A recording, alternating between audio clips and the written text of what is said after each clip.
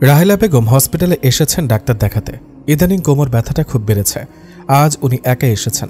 সবসময় ছোট ছেলে সায়ানের সাথে আসতেন, কিন্তু ছেলেটা স্কুলে পরীক্ষার ডিউটি নিতে গিয়ে আটকে পড়েছে। তাই কি আর করার, একাই চলে এলেন। ডাক্তার শারমিন শিল্পের কাছে চেক আপ করাবেন রাহেলা বেগম। সরকারি মেডিকেল হসপিটাল হোক বা ক্লিনিক, অথবা ডাক্তারের প্রাইভেট চেম্বার, সিরিয়াল ধরে অপেক্ষা করতেই হয়। ক্লিনিকে যদিও বা বসার ব্যবস্থা থাকে, সরকারি হাসপাতালে তো বসার কোনো ব্যবস্থাই থাকে না।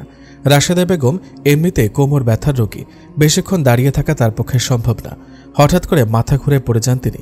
মাথাটা ঝিমঝিম করতে থাকে, কিন্তু সেন্সলেস হননি। হাতে পায়ে শক্তি পাচ্ছেন না, চোখ মেলে তাকাতে পারছেন না। রাহেলা বেগম অনুভব করলেন কেউ একজন তাকে ধরে আছে আর মুখে পানি ছিটাচ্ছে। কিছু সময় পর চোখ খুলে সম্পূর্ণ কালো কাপড়ে আবৃত একটা মেয়েকে দেখতে পান তিনি, যে মেয়েটা তাকে ধরে রেখেছে। মেয়েটির শুধু চোখ দেখা যাচ্ছে, তাও আবার চোখে চশমা পরা। যতটুকু দেখছেন তিনি তাতেই বুঝেছেন মেয়েটি কম বয়সী। রাহেলা বেগমকে চেয়ে থাকতে দেখে মেয়েটি বলল, আপনি ঠিক আছেন? রাহেলা বেগম মাথা নাড়িয়ে উঠে দাঁড়ানোর চেষ্টা করলেন। মেয়েটি তাকে উঠে দাঁড়াতে সাহায্য করল। তারপর একজন নার্সকে বলে চেয়ারের ব্যবস্থা করে বসিয়ে দিল। অন্যান্য লোকজনেরা শুধু চেয়ে চেয়ে দেখল। তারা লাইন থেকে বেরোলই না, পাছে লাইনের মাঝখানে কেউ ঢুকে গিয়ে তাদের সিরিয়াল পরে চলে যায়। রাহেলা বেগম মেয়েটিকে বললেন, কে আপনি? নাম কি আপনার? আপনাকে কি বলে যে ধন্যবাদ দেব? মেয়েটি হেসে জবাব দেয়, আমার নাম তাসনিয়া, আমি আপনার মেয়ের বয়সী। আমাকে দয়া করে তুমি বা তুই করে বলুন। গুরুজনের থেকে আপনি ডাক শুনতে খুব অস্বস্তি হয়। আর রইল বাকি ধন্যবাদ দেওয়ার কথা, সেটার জন্য প্রয়োজন নেই। আমি আমার কর্তব্য করেছি, আর মানুষের সেবা করাই আমার উদ্দেশ্য। তুমি কি এখানকার ডাক্তার? না চাচি, আমি এখনো ডাক্তার হইনি, তবে ডাক্তারি পড়ছি। ও চলুন আপনাকে ডাক্তারের কাছে নিয়ে যাচ্ছি। আপনি কাকে দেখাতে এসেছেন? সমস্যা কি আপনার? শারমিন শিল্পীকে দেখাবো কোমরের ব্যথার জন্য। চলুন আমার সাথে।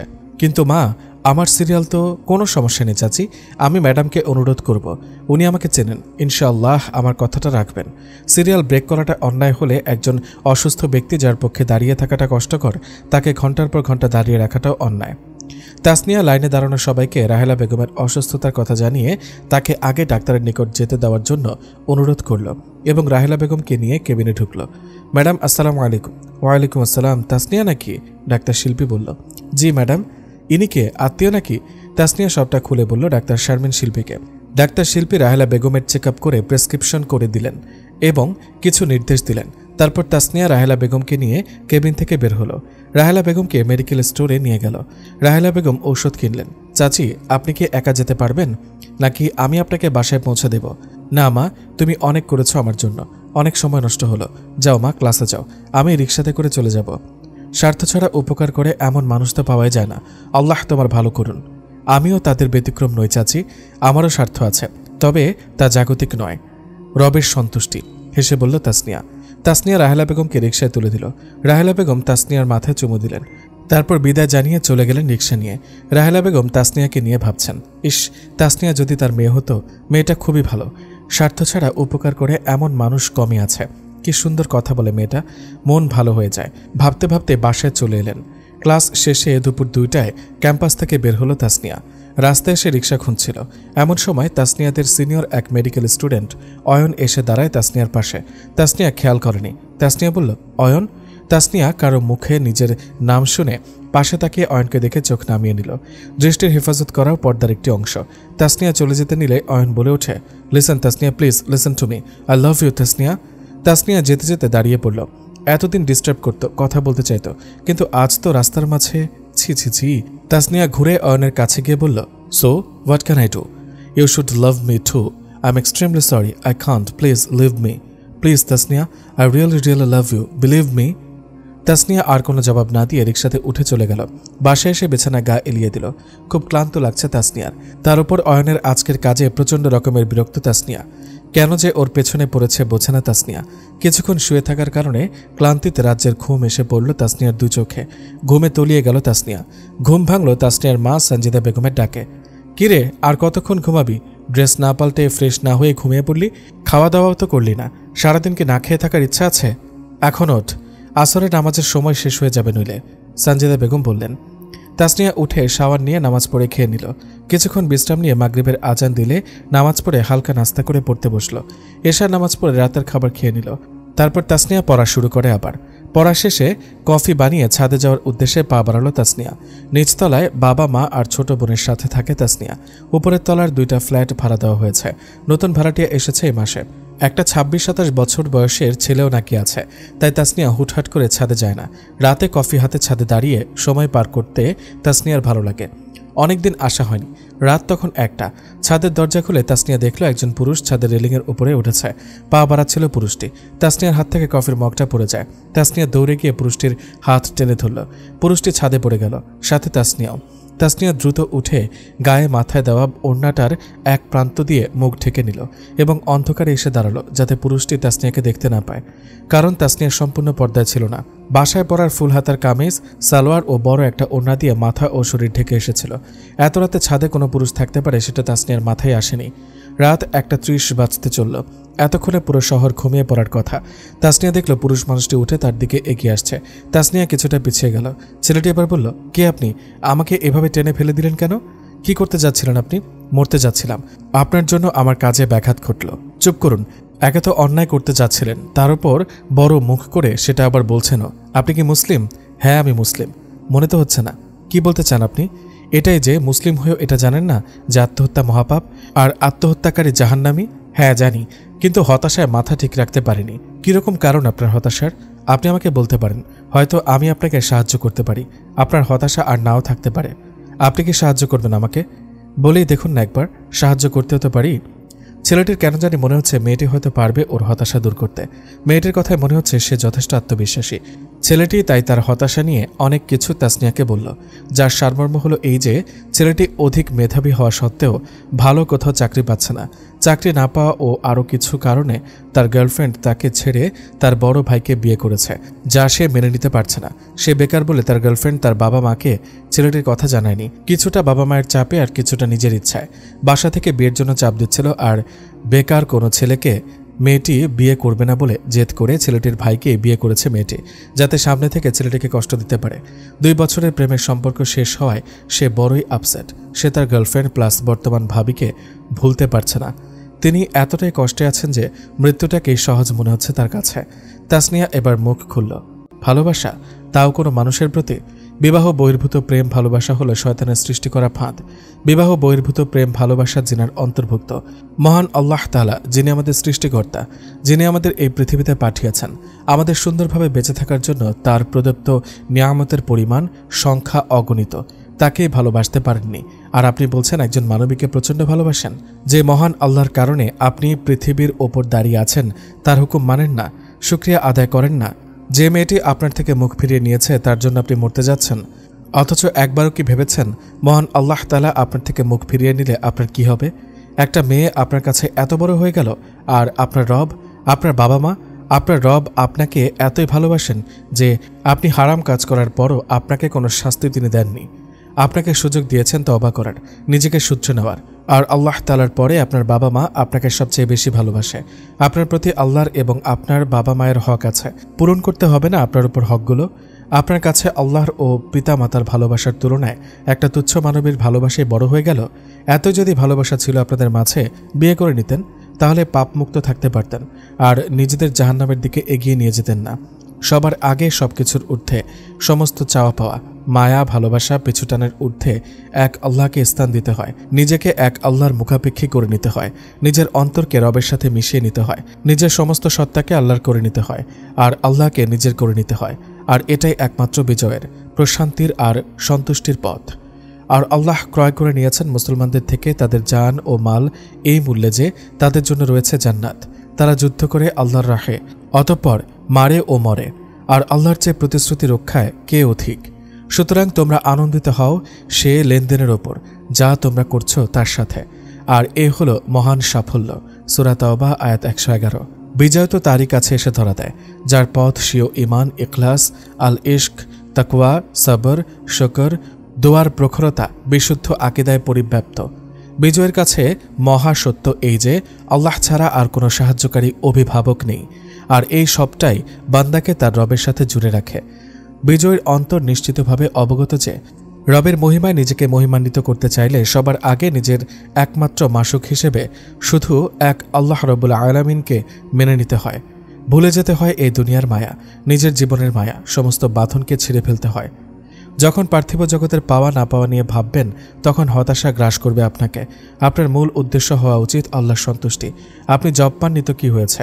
সৎ ও হালাল উপার্জনে আল্লাহর বরকত রয়েছে, তাই সৎ উপায়ে ব্যবসাও করতে পারেন। আর মহান আল্লাহ তো আছেনই, তার কাছে প্রার্থনা করুন। তাই এ নিয়ে তো চিন্তা করার কিছু নেই। আর রইল প্রেম ভালোবাসার কথা। আল্লাহ তাআলা আমাদের জোড়ায় জোড়ায় সৃষ্টি করেছেন, তাই সঠিক সময়ে সঠিক মানুষটিকে তিনি আপনার জীবনে পাঠাবেন। বিয়ের পর স্ত্রীর সাথে পবিত্র প্রেম করবেন। কিছু ভালোবাসা নিজের স্ত্রীর জন্য তো রাখুন। ভেবে দেখুন তো, সে হয়তো আপনার জন্য তার সকল ভালোবাসা সংরক্ষণ করে রেখেছে আপনাকে দেবে বলে, আর আপনি কিনা অন্য একটা মেয়ের জন্য মরতে যাচ্ছেন। আমাদের দুনিয়া ও আখিরাতের জন্য যে মঙ্গলজনক হয় আল্লাহ তাআলা তাকেই আমাদের জীবনে পাঠাবেন। ইসলামের পথে চলুন, দেখবেন ইসলাম অনেক শান্তির ধর্ম। আল্লাহ আপনাকে হেদায়েত দান করুন, আমিন। এতক্ষণ খুব মনোযোগ সহকারে তাসনিয়ার কথাগুলো শুনছিল ছেলেটি। মন হালকা হয়ে গেছে ছেলেটির, প্রচণ্ড কান্না পাচ্ছে এতদিনের করা ভুলের জন্য। সাথে একটা ভালো লাগার অনুভূতিতে ছেয়ে গেছে মন। তাসনিয়া চলে যাওয়ার জন্য পা বাড়াতেই পেছন থেকে ছেলেটি ডেকে উঠল, এই যে শুনছেন? তাসনিয়া না ঘুরেই বলল, জি বলুন। আমি তানভীর। আপনার নামটা তো জানা হলো না। আমি তাসনিয়া, আসছি। তাসনিয়া তানভীরকে আর কিছু বলার সুযোগ না দিয়ে চলে গেল, কেননা এত রাতে ছাদে একজন গায়রে মাহরামের সাথে একা থাকা ঠিক না। শয়তান তাদের মধ্যে তৃতীয়জন হিসেবে উপস্থিত থেকে বিপথে চালিত করার চেষ্টা করবে। কিন্তু ছেলেটিকে নসিহত করা জরুরি ছিল, বিধায় কিছু সময় তাসনিয়া ছেলেটির সাথে কথা বলেছে, কিছুটা বাধ্য হয়ে। তানভীর ভাবছে, কি আজব মেয়ে, হুট করে উধাও হয়ে গেল। তাসনিয়ার বলা প্রতিটা কথা গভীরভাবে ভাবছে। প্রতিটা কথার গভীরতা উপলব্ধি করতে পেরে গা শিউরে উঠছে তানভীরের। 25 বছরের এই জীবনে শুক্রবারের নামাজ ও 2 ঈদের নামাজ ছাড়া বছরের বাকি দিনগুলোতে নামাজ পড়েছে কিনা সন্দেহ। 25 বছরে কতগুলো মাস, দিন, ঘন্টা, মিনিট চলে গেছে। এত সময়ে জেনে না জেনে কতই না পাপ করে এসেছে, সেটা ভাবতেই ভয়ে বুক কেঁপে উঠছে তানভীরের। এসব ভাবতে ভাবতে ফজরের আজান দেয়। তানভীর আজান শুনে ছাদ থেকে নেমে রুমে চলে যায়। অজু করে মাথায় টুপি পরে বেরিয়ে পড়ে মসজিদের উদ্দেশ্যে। তাসনিয়া ফজরের নামাজ পড়ে কিছুক্ষণ কোরআন তিলাওয়াত করে, তারপর ঘুমিয়ে পড়ে তাসনিয়া। সকাল 9টায় ঘুম থেকে উঠে ফ্রেশ হয়ে খেয়ে রেডি হয়ে ক্যাম্পাসে চলে যায়। ক্যাম্পাসে ঢুকতেই অয়নের সাথে দেখা। উফ, হাজির হয়ে গেছে আসতে না আসতেই। কিভাবে যে চিনতে পারে, অসহ্য একটা। বিরক্ত হয়ে বলল তাসনিয়া। অয়ন বলল, তোমার সাথে কথা আছে আমার। আজ তুমি আমার কথা না শুনে যেতে পারবে না। আমি আপনার কোনো কথা শুনতে বা আপনার সাথে কথা বলতে চাই না।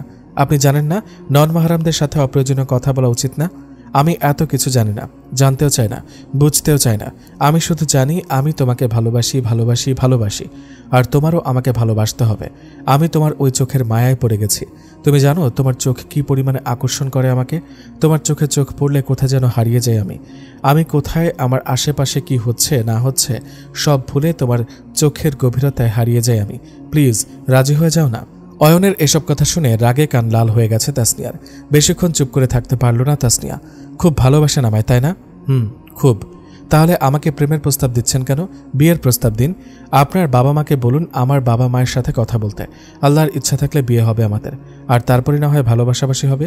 বিয়ে তো করবো তোমায়, কিন্তু এখন কিভাবে সম্ভব বলো? পড়াশোনায় শেষ হয়নি, এখন কিভাবে বাবা মা আমার বিয়ে দেবে? আমি বা কিভাবে তাদেরকে বিয়ের কথা বলবো?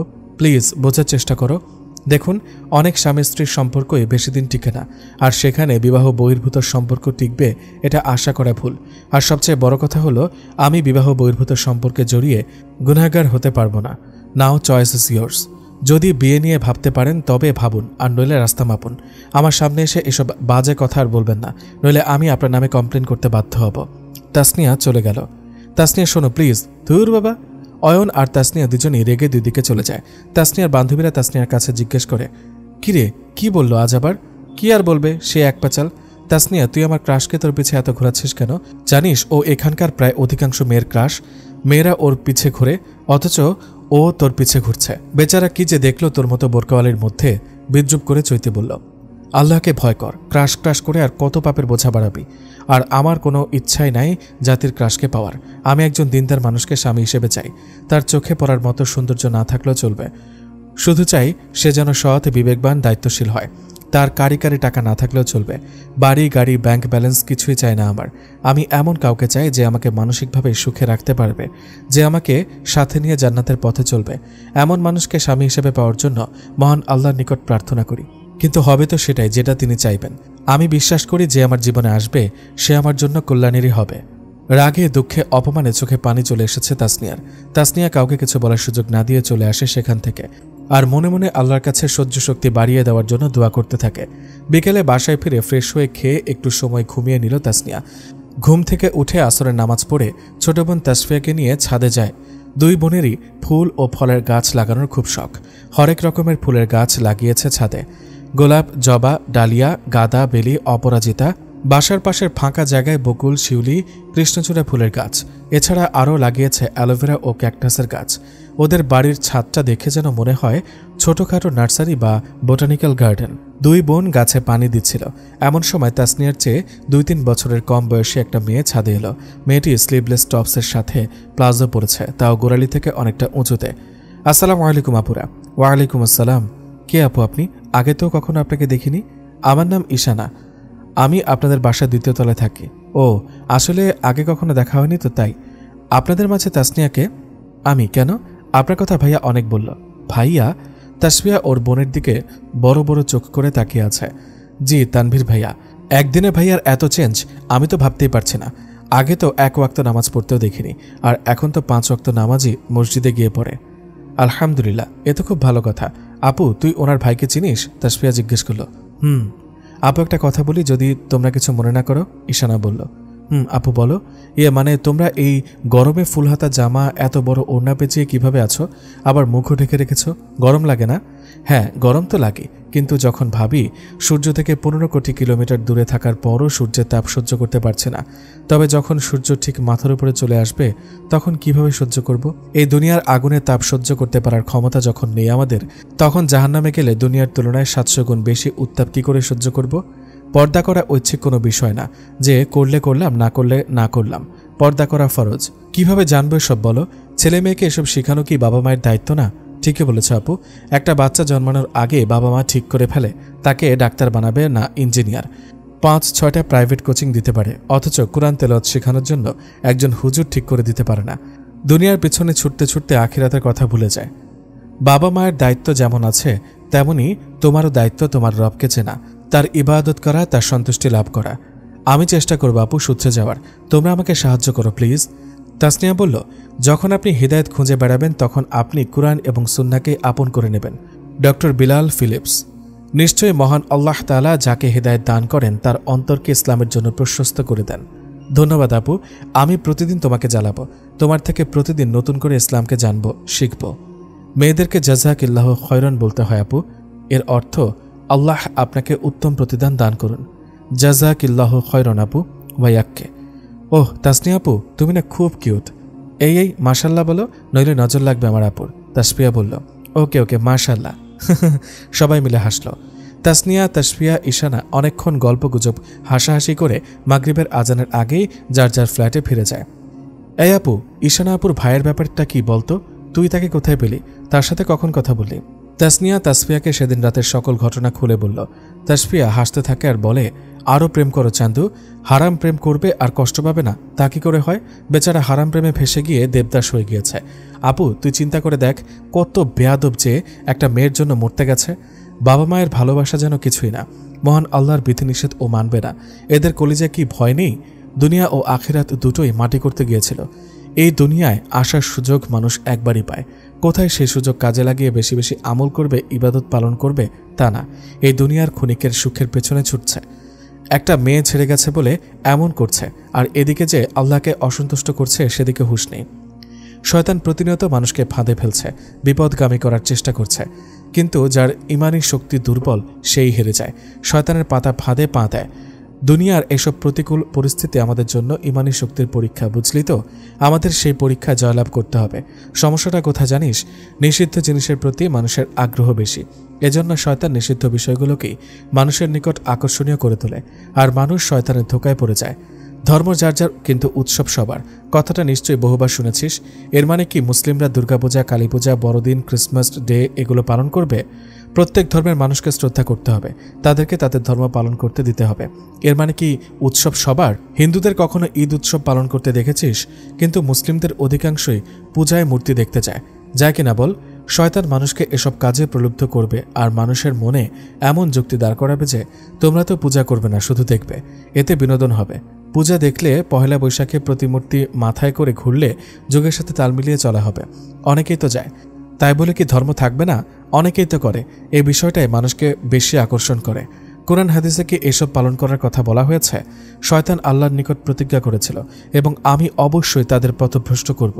সূরা আন-নিসা আয়াত 119। আর শয়তান তার ওয়াদা পালন করছে। কয়েকদিন হলো ছেলেমেয়েদের মতিগতি বুঝতে পারলেন না শায়লা বেগম। ছোট ছেলে তানভীর আর একমাত্র মেয়ে ঈশানা, যাদের অ্যাটিটিউড স্টাইল সবাইকে তাক লাগিয়ে দেওয়ার মতো, তাদের দেখে তিনি অবাকই হন আজকাল। তানভীরটা 5 ওয়াক্ত নামাজ জামাতের সাথে আদায় করে, যখনই বাসায় থাকে বা অবসর সময় ইসলামিক বই পড়তে থাকে। যে ছেলেটা ভাইয়ের বিয়ের পর থেকে রুম থেকে বেরিয়ে হতো না, মনমরা হয়ে বসে থাকত, তার চেহারায় যেন একটা খুশি খুশি তৃপ্তির ভাব। বাসায় ঢুকে আগে বড় ছোট সবাইকে সালাম দেয়। এই তো সেদিন শায়লা বেগমকে সালাম দিলে তিনি বিদ্রুপের সাথে কিছু কথা শুনিয়ে দিলেন, কিন্তু ছেলের ব্যবহারে তিনি আশ্চর্যের উচ্চতর স্থানে পৌঁছে গেলেন। মুচকি হেসে ছেলে তাকে কিছু হাদিসি কথা শুনিয়ে গেল। এই ছেলের যে রাগ, ভালো মন্দ কিছুই বলা যেত না, আর আজকাল যেন রাগ করতে ভুলে গেছে। রাত জেগে মুভিও দেখে না, বন্ধুদের সাথে আড্ডাও দেয় না। মেয়ে বন্ধুরাও এসে এসে ঘুরে যায়, তানভীর দেখা করে না। আর মেয়ে ঈশানা আজকাল বয়স্ক মহিলাদের মতো চলাফেরা করা শুরু করেছে। ইয়া বড় বড় ওড়না পরে, সালোয়ার কামিজ পরে। যে মেয়েটা শার্ট, টি শার্ট, গেঞ্জি, palazzo, jeans pant, western dress ছাড়া কিছুই বুঝত না, যে মেয়েটা দিনের বেশিরভাগ সময় ড্রেসিং টেবিলের সামনে কাটিয়ে দিত, সে আজকাল সাজগোজ করে না বললেই চলে। কয়েকদিন পর কলিং বেলের শব্দ পেয়ে দরজা খুলে দেয় তাসফিয়া। ঈশানা সালাম দিয়ে ভেতরে ঢোকে। তাসনিয়ার বাবা মা কোনো একটা কারণে বাসায় ছিল না। তাসনিয়া তাসফিয়া ঈশানাকে দেখে মনে মনে খুশি হয়। ঈশানা ঢোলা সালোয়ার কামিজের সাথে বড় ওড়না দিয়ে মাথাসহ শরীরের অর্ধেকটাই ঢেকে রেখেছে, কিন্তু মেয়েটাকে কেমন যেন বিমর্ষ দেখাচ্ছে। তাসফিয়া তো জিজ্ঞেস করেই ফেলল, আপু তোমার কি মন খারাপ? না আপু, এমনিতেই। কিছু তো একটা হয়েছে। আসলে আপু, আম্মু আমার এভাবে বদলানোটা মেনে নিতে পারছে না। তাছাড়া এভাবে বাইরে গেলে সবাই হাসাহাসি করে। তাছাড়া আমাকে নাকি খালাম্মাদের মতো দেখতে লাগে। এভাবে চলতে থাকলে রিমন নাকি আমাকে আর বিয়ে করবে না। রিমনকে? আমার বয়ফ্রেন্ড। নাউজুবিল্লাহ, বিয়ের পূর্বে প্রেম হারাম। কিন্তু আপু, আমরা তো খারাপ কিছু করিনি। তুমি কি কখনো তাকে স্পর্শ করনি? সে কি তোমাকে স্পর্শ করেনি? তুমি কি তার সাথে মধুর কোমল সুরে কথা বলোনি? তোমরা কি ফোনে কথা বলোনি? একসাথে ঘুরতে যাওনি? তুমি কি তার জন্য নিজেকে সাজাওনি? হ্যাঁ, এসব তো করেছি। হাদিসে আছে, চোখ দিয়ে দেখা চোখের জিনা, কান দিয়ে শোনা ফোন আলাপ কানের জিনা, রোমান্টিক কথা বলে জিহ্বার জিনা, হাত দিয়ে স্পর্শ করলে হাতের জিনা, পায়ে হেঁটে ডেটিংয়ে গেলে পায়ের জিনা। সহিহ বুখারী, সহিহ মুসলিম, সুনানে আবু দাউদ, সুনানে আন-নাসাঈ। প্রেম ভালোবাসা অবশ্যই হারাম নয়, কিন্তু বিবাহ বহির্ভূত প্রেম ভালোবাসা হারাম। স্বামী স্ত্রীর মধ্যকার প্রেম ভালোবাসা পবিত্র। প্রেমকে হারাম বললে কতিপয় প্রেমিক প্রেমিকারা বলবে, প্রেম যদি হারামই হতো তবে ইউসুফ নবী কেন প্রেম করেছিলেন? আরে মূর্খের দল, আমরা কেউই সে সময় ছিলাম না। কিছু বইপত্রের লেখা আর টিভিতে চলা প্রোগ্রামের কারণে বিশ্বাস করে নিলে যে নবী ইউসুফ আলাইহিস সালাম প্রেম করেছেন। কিছু কিছু বইয়ের তো লেখা আছে ইউসুফ জুলেখার অমর প্রেম কাহিনী। নাউজুবিল্লাহ। কুরআন মাজিদের 12 নম্বর সূরা, সূরা ইউসুফ অর্থসহ পড়লে বোঝা যাবে ইউসুফ আলাইহিস সালাম প্রেম করেননি। আমরা কোনটাকে বিশ্বাস করব, গুরুত্ব দেব? টিভিতে চলা প্রোগ্রাম, বই, নাকি আল কুরআনকে? অবশ্যই আল কুরআনকে। কোনো পুরুষ কোনো নারীর সাথে নির্জনে মিলিত হলে নিঃসন্দেহে তাদের তৃতীয় জন হয় শয়তান। তিরমিজি শরীফে হাদিস নাম্বার 1171। কোনো ব্যক্তির মাথায় লৌহ সূচ দ্বারা খোঁচা যাওয়া ভালো, তবুও যে নারী তার জন্য অবৈধ তাকে স্পর্শ করা ভালো নয়। হে নবী স্ত্রীগণ, তোমরা অন্যান্য নারীদের মতো নয়। যদি তোমরা আল্লাহকে ভয় করো তবে পরপুরুষদের সাথে কোমল কণ্ঠে এমনভাবে কথা বলো না যাতে ব্যথিগ্রস্ত অন্তরের মানুষ প্রলুব্ধ হয়। সূরা আল আহজাব আয়াত 32। আর বললে না সবাই হাসাহাসি করে, করুক না, ক্ষতি কি? মনে রাখবে, মানুষ তখনই সমালোচনা নিন্দা করে যখন কেউ ভালো কিছু করে। তুমি ইসলামের পথে চলতে থাকো, বাধা আসবে, তাই বলে থেমে যেও না। কেউ তার পাপের কারণে জাহান্নামে গেলে তার পাপের ভাগ অন্য কেউ নেবে না। তাই অন্যরা কি ভাববে, কি বলবে সেটা ভেবে পাপ করব? ইসলামের পথে চলবো না? অবশ্যই চলবো। খোলা খাবারের দিকে সবাই তাকায়, কিন্তু কিনতে গেলে ঢেকে রাখা ভালো খাবারই কেনে। বেপর্দা নারী ঠিক তেমনই, খোলা খাবারের মতো, যার সৌন্দর্য রাস্তার সব পুরুষই দেখে, আর পর্দাশীল নারী খোলসে আবৃত মুক্তার মতো। ঈশানা বোন, যার সাথে আল্লাহ চাইবেন তার সাথে তোমার বিয়ে হবে। আল্লাহ তাআলা উত্তম পরিকল্পনাকারী, ফয়সালা দানকারী। তাই এসব নিয়ে এত ভাবতে চেও না। এই হারামের মধ্য থেকে বের হও। রিমনকে বিয়ে করে নাও, নইলে তার সাথে যোগাযোগ বন্ধ করে দাও। পাপের বোঝা বাড়িও না বোন, যা কিছু করবে আল্লাহ সন্তুষ্টির জন্য।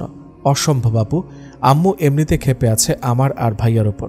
এরপর এখন যদি বিয়ের কথা বলি তাহলে যে কি করবে? আব্বু আম্মু চায় আমি পড়াশোনা শেষ করে একটা জব করি, তারপর বিয়ে। ইসলামের দৃষ্টিতে গুনাহ হতে বাঁচতে ছেলে মেয়ে বিবাহযোগ্য হলেই তাদের বিয়ে দেওয়া উচিত, আর তিনি না বুঝলে ধৈর্য ধরবে। আল্লাহ চাহে তো রিমন তোমার হবে, আর না হলে তো কখনোই হবে না, সে যত কিছুই করো। জীবনের সমস্যাকে এড়িয়ে যাওয়ার অর্থ হলো জীবনকে অস্বীকার করা। জন লিলি। সমস্যা তো আসবে, কিন্তু তার সমাধান এর চেষ্টা তো করতে হবে। তুমি আল্লাহর নিকট এভাবে প্রার্থনা করবে, হে আল্লাহ, সে যদি আমার এবং আমার পরিবারের দুনিয়া ও আখিরাতের জন্য কল্যাণকর হয় তবে তাকে আমার জন্য নির্ধারণ করে দিন, আর কল্যাণকর না হলে আমার মন ও জীবন থেকে দূরে সরিয়ে দিন। আপু, আমরা শিক্ষিত কিন্তু কাজ করি অশিক্ষিতের মতো। আচ্ছা আপু বলো তো, নারী পুরুষ সবাই যদি ঘর থেকে বেরিয়ে পড়ে দেশের অর্থনীতিকে গতিশীল করতে, তবে সংসার বাচ্চা সামলাবে কে? বেগম রোকেয়া বলেছেন, নারী ও পুরুষ হলো একটি গাড়ির দুটি চাকার মতো। গাড়ির দুটি চাকা যদি দুই রকম হয়, একটি ছোট এবং অন্যটি বড় হয়, তবে গাড়িটি যেমন চলতে পারে না, ঠিক তেমনই দেশের অর্ধেক জনগোষ্ঠীর নারী শক্তিকে বাদ দিয়ে দেশের উন্নতি কখনোই সম্ভব নয়। কাজী নজরুল ইসলামের ভাষায় নারী পুরুষকে প্রেরণা দিয়ে সাহস জুগিয়ে দেশের সব ভালো কাজে অর্ধেকের সমান অবদান রেখেছে। আচ্ছা আপু বলতো, দেশের উন্নতিতে অবদান শুধুমাত্র পুরুষের কাঁধে কাঁধ মিলিয়ে কর্মক্ষেত্রে যোগদান করলেই রাখা যায়? আজকের ছোট ছোট শিশুরা কি দেশের ভবিষ্যৎ না? নারী যদি পুরুষের সাথে বাইরে কাজ করতে যায়, তবে ঘরে সন্তান লালন পালন কে করবে?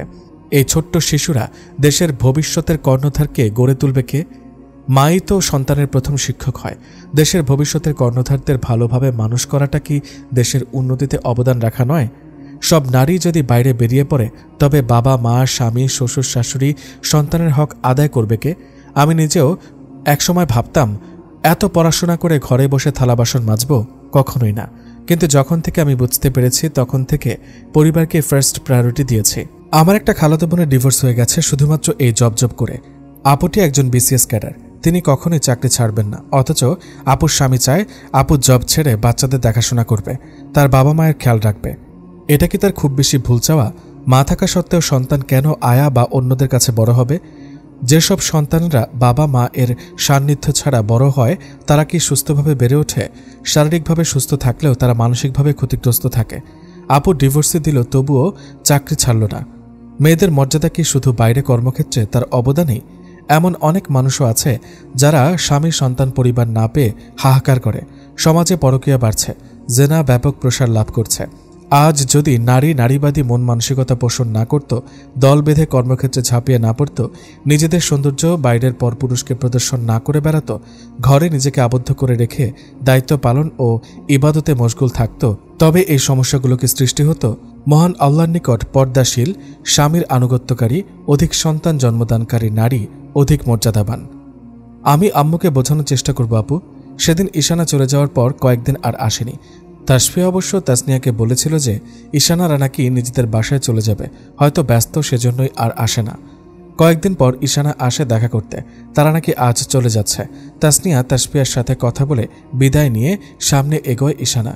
তাসনিয়া ঈশানার মাকে সালাম দিয়ে কথা বলতে চায়। আন্টি আমাদের বাসায় বেড়াতে আসবেন ঈশানাকে নিয়ে?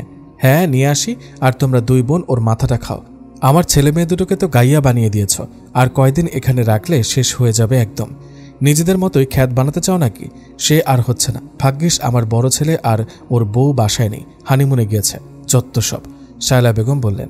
শায়লা বেগম মুখ বাঁকিয়ে চলে গিয়ে গাড়িতে বসলেন। তাসনিয়ার খারাপ লাগলো এই জন্য যে এনারা নিজের ভালোটাই বুঝছে না। যারা নিজেদেরকে আবৃত করে রাখে, দাড়ি টুপি পরে বয়স্ক হতে থাকে, তারা কেউ বোকা নয়, তারা সবাই সত্যিকারের বুদ্ধিমান। তারা এই 50-60 বছরের পার্থিব সুখ চায় না, তারা অনন্তকাল ধরে জান্নাতের সুখ পেতে চায়। শায়লা বেগম চলে যাওয়ার পর তাসনিয়া তানভীরকে দেখতে পায়। সেদিন ছাদে চাঁদের আলোয় কিছুটা দেখতে পেয়েছিল তাসনিয়া, কিন্তু সেই তানভীরের সাথে আজকের তানভীরের কোনো মিলই খুঁজে পাচ্ছে না তাসনিয়া। গালে খোঁচা খোঁচা দাড়ি, টাকনুর উপর প্যান্ট।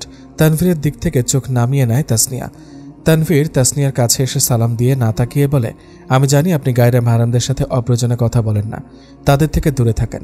আল্লাহর জন্য কাউকে ভালোবাসার বাইরে আরও অনেক ভালোবাসা আছে, যা জায়েজই নয়, পবিত্র এবং উত্তম। বাবা মা ভাই বোন এবং স্বামী স্ত্রী এর ভালোবাসা হলো তেমনই। যদি কখনো গায়রে মাহরামের লিস্ট থেকে মাহরামের লিস্টে ঢুকতে পারি, তবে কথা হবে ইনশাল্লাহ। এ বলে তানভীর চলে গেল, আর তাসনিয়া বোকার মতো ভেবেই চলেছে, কি বলে গেলেন উনি আমার মাহরাম হবেন কি করে? শায়রা বেগম স্বামী সন্তান নিয়ে তাদের নতুন 3তলা বাসায় উঠলেন।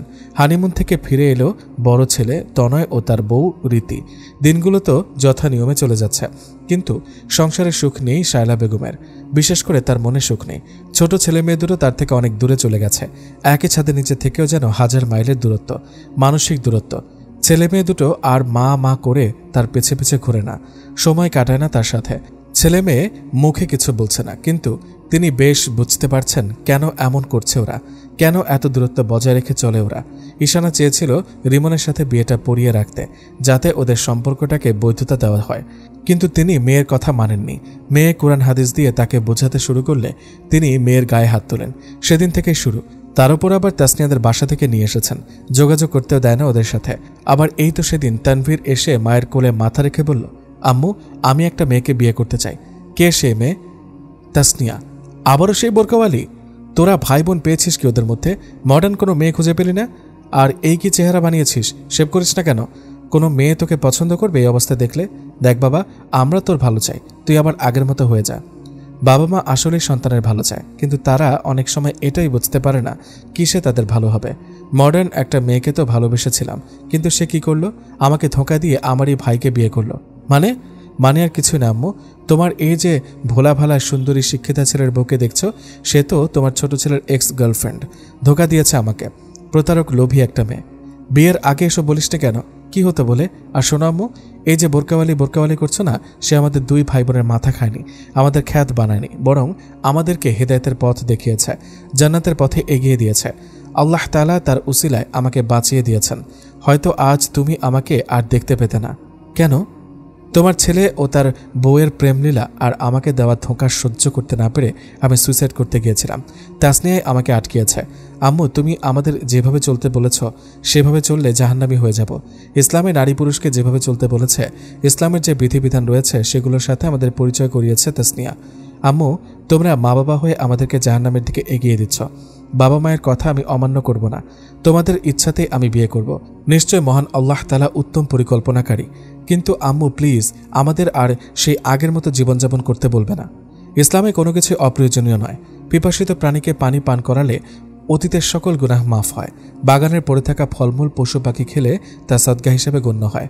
মানুষের সাথে ভালোভাবে কথা বলে এতিমের মাথায় হাত বুলিয়ে দিলে, পরিবারের সদস্যদের জন্য খরচ করলে মহান আল্লাহ তাআলা এর সন্তুষ্টি লাভ হয়। পিতামাতার খেদমতে জান্নাতের দুয়ার খুলে যায়। নেক সন্তান আর সন্তানের নেক আমল বাবা মায়ের পরকালের নাজাতের উসিলা হয়ে যেতে পারে। দুনিয়ার প্রতিটি কষ্টের প্রতিদান মহান আল্লাহ রব্বুল আলামিন পরকালে দেবেন। আল্লাহ প্রদত্ত বিধি নিষেধ ততদিন বোঝার মতো মনে হবে যতদিন না আল্লাহ তাআলার সাথে বান্দার আত্মিক সম্পর্ক গড়ে ওঠে। যখন একবার ইসলামের এই শান্তির ধর্মের ছায়াতলে আসতে পেরেছি, মহান আল্লাহ তাআলা এর ইবাদত পালনে সুখের সন্ধান পেয়েছে, তখন আর আগের জীবনে ফিরে যেতে বলো না। মা বাবার আদেশ অমান্য করা উচিত না, কিন্তু অন্যায়ের আদেশ করলে তা রাখা সম্ভব না। একটা কথা বলি শোনো আম্মু, তুমি যে মডার্ন মেয়ে করছো না, তোমার বড় ছেলে তো মডার্ন মেয়েকে বিয়ে করেছে। আমিও দেখব তোমার বড় ছেলের বউ তোমাকে সন্তুষ্ট করতে পারে কিনা, এই সংসারটা সামলাতে পারে কিনা। সেদিন তানভীরের বলা কথাগুলো আজ হাড়ে হাড়ে টের পাচ্ছেন শায়লা বেগম। আজ সকালে বড় ছেলের রুমের পাশ দিয়ে যাওয়ার সময় অনিচ্ছাকৃতভাবে কিছু কথা কানে আসলে চোখের অবাধ্য পানিগুলো ছুটতে শুরু করে শায়লা বেগমের। প্রতিদিন এত দেরি করে ঘুম থেকে ওঠো কেন? নামাজ কালাম কিছুতে পড়ো না? সকালে উঠে আম্মুকে রান্নার কাজে সাহায্য তো করতে পারো। আম্মুর বয়স হচ্ছে, কতদিন আরও সংসার সামলাবে? বাড়ির বড় বউ হিসেবে তোমার কি উচিত না সংসারের দায়িত্বটা নেওয়া? তনয় বলল, আমি কি এবারে চাকর নাকি? আমি তোমার মায়ের দাসীবান্দি হয়ে আসিনি। আমি কোনো কাজই করতে পারবো না, আমার ত্বক নষ্ট হয়ে যাবে। রীতি বলল, এমনভাবে বলছো যেন বাড়ির সব কাজ তোমাকে করতে বলছি। বাড়িতে কাজ করার জন্য লোক আছে, শুধু রান্নাটাই করবে। আম্মু কাজের লোকের রান্না খেতে পছন্দ করে না। বাড়ির কাজ করলেই কেউ চাকর হয়ে যায় না। শেফ রাখো, আমি পারবো না। ডিস্টার্ব করো না তো, ঘুমাতে দাও। তাহলে তুমি করবেটা কি? এখন আমি ঘুমাবো, তুমি চুপ করো প্লিজ। তোমার বকবক শুনতে ভালো লাগছে না। হ্যাঁ, ভালো তো লাগবে। বন্ধু বান্ধবের সাথে আড্ডা দেওয়া, ঘুরতে যাওয়া, long drive, whole night party, নাচ গান, শপিং, রেস্টুরেন্টে যাওয়া, এগুলোই, তাই না? হ্যাঁ, এসব ভালো লাগবে না তো কি রান্নাঘরের হাঁড়ি পাতির ভালো লাগবে? তাহলে বিয়ে কেন করলে? বিয়ে না করি তো স্বাধীনভাবে জীবনযাপন করতে পারতে। ভেবেছিলাম বিয়ের পরও স্বাধীনভাবে চলাফেরা করতে পারবো, কিন্তু তুমি তো আমার পায়ে বেরি পরিয়ে রাখতে চাও। সারাক্ষণ এভাবে চলাফেরা করো না, ছেলে বন্ধুদের সাথে এত মিশবে না, এই ড্রেস পরবে না, ওই ড্রেস পরো। আমি টায়ার্ড তোমার এই ধরনের কথা শুনতে শুনতে। ভেবেছিলাম তুমি বউকে ঘরে বন্দি করে রাখার মতো মন মানসিকতার মানুষের মধ্যে পড়ো না, কিন্তু আমি ভুল। জীবন তো একটাই, এখন জীবনটাকে উপভোগ করব না তো কখন করব? তনয় রাগ করে সেদিন না খেয়ে অফিসে চলে যায়। শায়লা বেগম ছেলের বউয়ের কথা শুনে খুবই কষ্ট পেলেন। শায়লা বেগম বড় ছেলের বউয়ের সংসারের প্রতি এমন উদাসীনতা ঠিক মেনে নিতে পারলেন না। তার অবর্তমানে এই বাড়িটাকে, সংসারটাকে আগলে রাখবে কে, এটাই এখন বড় চিন্তা শায়লা বেগমের। তার সাথে আরেক চিন্তা বড় ছেলে আর তার বউয়ের মধ্যকার ঝগড়া অশান্তি। তিনি অনেক ভেবেচিন্তে একটা সিদ্ধান্ত নিয়ে নিলেন। তানভীর একটা বেসরকারি কলেজে চাকরি পেয়েছে, গণিতের শিক্ষক হিসেবে নিয়োজিত সে। শুক্রবার হওয়ায় জুমার নামাজ পড়ে এসে বিছানায় গা এলিয়ে দিয়েছে তানভীর। শায়লা বেগম খেতে দিয়ে তানভীরকে ডাকলেন। শায়লা বেগম, ঈশানা, তানভীর, তনয় আর ওদের বাবা একসাথে খেতে বসলেন। রীতি বন্ধুদের সাথে বেরিয়েছে। বাড়িতে খুব কম সময় থাকে রীতি। একমাত্র খাবার সময়ই পরিবারের সকল সদস্য একত্রিত হয়, তাই এই সময় টুকিটাকি কথাবার্তা হয় পরিবারের সদস্যদের মধ্যে। শায়লা বেগম প্লেটে খাবার নিয়েও খাচ্ছেন না, খাবার নাড়াচাড়া করছেন। তানভীর বিষয়টা খেয়াল করে। শায়লা বেগম যে কিছু বলতে চাইছেন কিন্তু বলতে পারছেন না, সেটা তানভীর ভালোই বুঝতে পারছে। আম্মু, কিছু বলবে? কয়দিন ধরে তোমাকে খুব চিন্তিত মনে হচ্ছে। বলছি যে তুই চাকরি পেয়েছিস, এবার বিয়েটা করেই নে। আমি মেয়ে দেখে রেখেছি, তুই যদি চাস তবে তোকে নিয়ে মেয়ের বাসা যাব প্রস্তাব নিয়ে। বাহ, মেয়েও দেখে ফেললে আর আমাকে জানানোর প্রয়োজনও মনে করলে না। এই নিয়ে তোমার সাথে আমি পরে কথা বলছি। তানভীর, এখন তুই বল তোর কি মত? আমার কোনো মত নেই, তোমাদের যা ইচ্ছা করার করো, আমার মেয়ে দেখতে হবে না। শায়লা বেগম ঠিকই বুঝলেন তানভীর অভিমান করেছে, কারণ সে তো তাসনিয়াকে বিয়ে করতে চেয়েছিল, কিন্তু তিনি কিছু বললেন না। আম্মু, তানভীরের কিছু বলার নাই থাকতে পারে, কিন্তু আমার আছে। আমি চাই না আমার ভাইয়ের বৈবাহিক জীবনটা আমার মতো হোক। All that glitters is not gold, প্রুফটা তো জানোই, আর এর তো প্রমাণ দেখতেই পাচ্ছ। তুমি মেয়ে দেখেছ ভালো কথা, কিন্তু মেয়ের রূপ দেখে তানভীরের বউ করার সিদ্ধান্ত নিও না। রূপ দিয়ে চোখ জুড়ালেও মন জুড়ায় না, এর জন্য গুণের প্রয়োজন। ভালোবাসাটা যদি সৌন্দর্যকে ঘিরে গড়ে ওঠে, তবে সেই ভালোবাসার স্থায়িত্বকাল সৌন্দর্য বিদ্যমান থাকা পর্যন্তই। এমন কাউকে নিয়ে আসো যেন সে এই ঘরটাকে সামলায় নিজের মনে করে। বাকি জীবনটা তো সে মেয়ের সাথেই তানভীরকে কাটাতে হবে, তাই মেয়ের মধ্যে দায়িত্ববোধ থাকতে হবে। ভালোবাসা না থাকলেও দায়িত্ববোধ, বিশ্বাস, ভরসা, অধিকার এগুলোর উপর ভিত্তি করে সংসার টিকিয়ে রাখা যায়। কিন্তু এগুলো না থেকে শুধু ভালোবাসা দিয়ে সংসার টিকে না। রীতিকে তো দেখছই, বুঝে শুনে মাকাল ফল এনেছি রূপের মোহে পড়ে। তনয়ে তানভীর দুজনই খাবার শেষ করে চলে যায়। তাদের বাবা মা তনয়ের কথা শুনে অবাক। ছেলেটা এত বুঝতার কবে হলো? সত্যি তো বলেছে তনয়, তবে ছেলে যে মানসিক অশান্তিতে ভুগছে তা দুজনেই বুঝতে পারেন। রীতির সাথে কথা বলার সিদ্ধান্ত নেন শায়লা বেগম। মেয়েটাকে বোঝাতে হবে। তানভীরের মনে অস্থিরতা কাজ করছে। তানভীরের অবচেতন মন তাসনিয়াকে জায়গা দিয়েছে মনের কোণে। তানভীর 2 রাকাত নফল নামাজ আদায় করে মনের অস্থিরতা দূর করতে। তানভীর তাকদিরে বিশ্বাস করে। সে জেনেছে মহান আল্লাহ তাআলা উত্তম পরিকল্পনাকারী। আমাদের ভালোর জন্য আমাদের পরিকল্পনা অপেক্ষা আল্লাহর পরিকল্পনা উত্তম। রাতের বেলা তাসনিয়ার বাবাকে কেউ ফোন করে। তাসনিয়ার বাবা ফোনে কথা বলে তাসনিয়ার মায়ের সাথে আলোচনা করেন। বুঝলে তাসনিয়ার মা, তাসনিয়ার বিয়ে দেওয়া উচিত। বয়স তো আর থেমে থাকে না, আর পড়াশোনা বিয়ের পরও করতে পারবে। ভয় করে খুব, আজ ঘুমোলে কাল সকালে উঠব কিনা তারই তো কোনো নিশ্চয়তা নেই। মেয়ে দুটোর একটা ব্যবস্থা করতে পারলে নিশ্চিন্তে মরতে পারতাম। একটা প্রস্তাব এসেছে, তুমি তাসনিয়ার সাথে কথা বলো। ঠিক আছে, আমি কথা বলছি মেয়ের সাথে। তাসনিয়ার মা চলে গেলেন মেয়ের সাথে কথা বলতে। রাতের খাবার সেরে 2 মেয়ে একসাথে পড়ছে। তাসনিয়ার মা গিয়ে মেয়েদের পাশে বসলেন। তাসফিয়া মাকে দেখে অবাক হলো। কি ব্যাপার মা, তুমি তো কখনো আমাদের পাশে এসে বসে থাকো না পড়ার সময়, তাহলে আজ? মা বলল, তাসনিয়া কিছু বলতে চাই। বলো মা। তোর বাবা তোর বিয়ে দিতে চান, তোর কি মত? তোমরা যা ভালো বুঝবে মা, তবে আমার একটাই চাওয়া, যাকে বিয়ে করব সে যেন দিনদার হয়, আর বিয়েটাও ইসলাম ধর্মমতে হয়। এখন আল্লাহর ইচ্ছা যা হবে তাই। মেয়ের মত নিয়ে চলে গেলেন তাসনিয়ার মা। তাসফিয়া তো আনন্দে বলে উঠল, কি মজা, আপুর বিয়ে। কিন্তু তাসনিয়ার কপালে চোখে মুখে চিন্তার ছাপ। তাসনিয়ার চিন্তার কারণ একটাই, যার সাথে তাসনিয়ার বিয়ে হবে সে কি দিনদার হবে? আর যদি না হয় তবে তাসনিয়াকে কি পর্দা করতে দেবে? যদি না দেয় তবে কি করবে তাসনিয়া?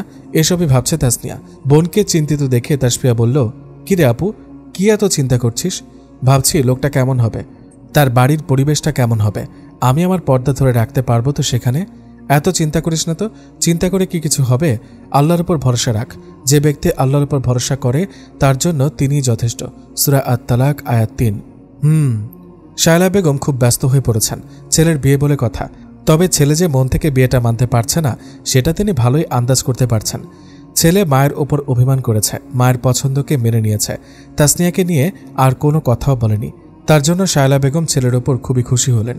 তানভীর পারত বাবা মায়ের ওপর জোর করে চাপ সৃষ্টি করে তাসনিয়াকে বিয়ে করতে, বা মায়ের পছন্দ করা মেয়ের সাথে বিয়ে ভেঙে দিতে পারত, কিন্তু তানভীর কিছুই করছে না।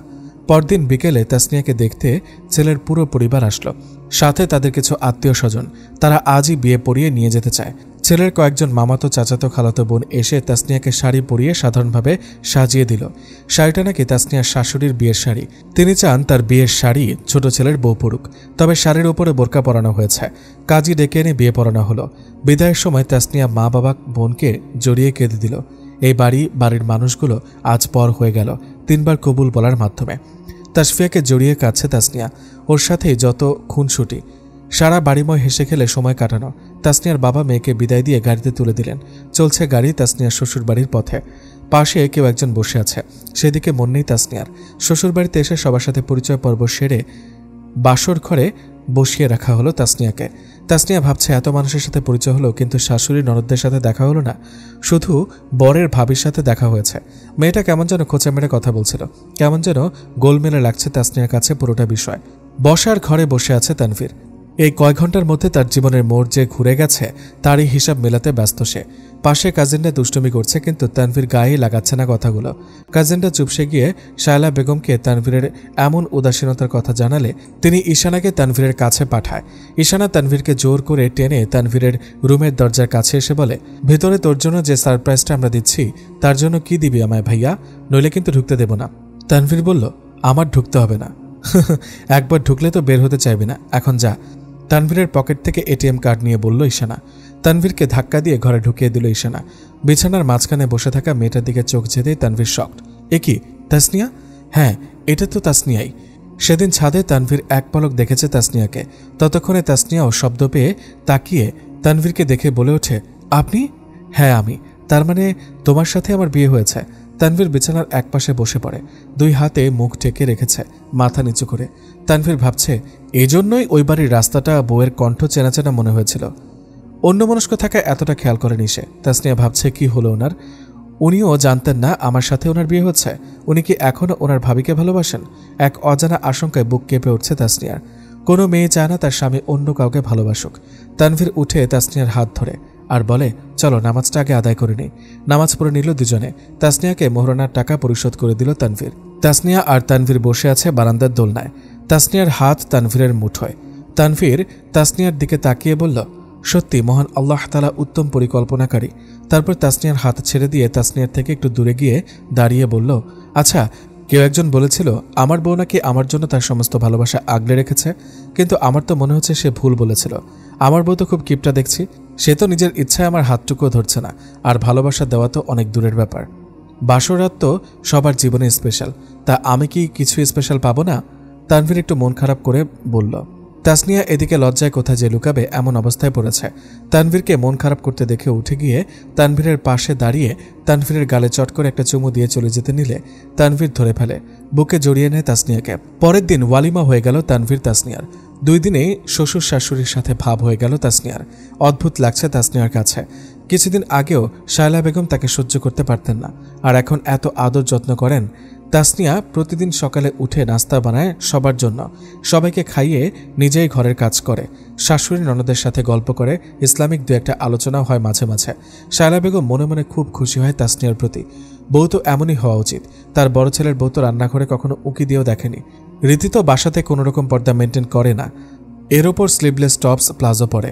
দেখতে দেখতে একদিন রীতিকে তাসনিয়া বলেই ফেলল, ভাবি, এভাবে ওনার সামনে কখনো যাবেন না।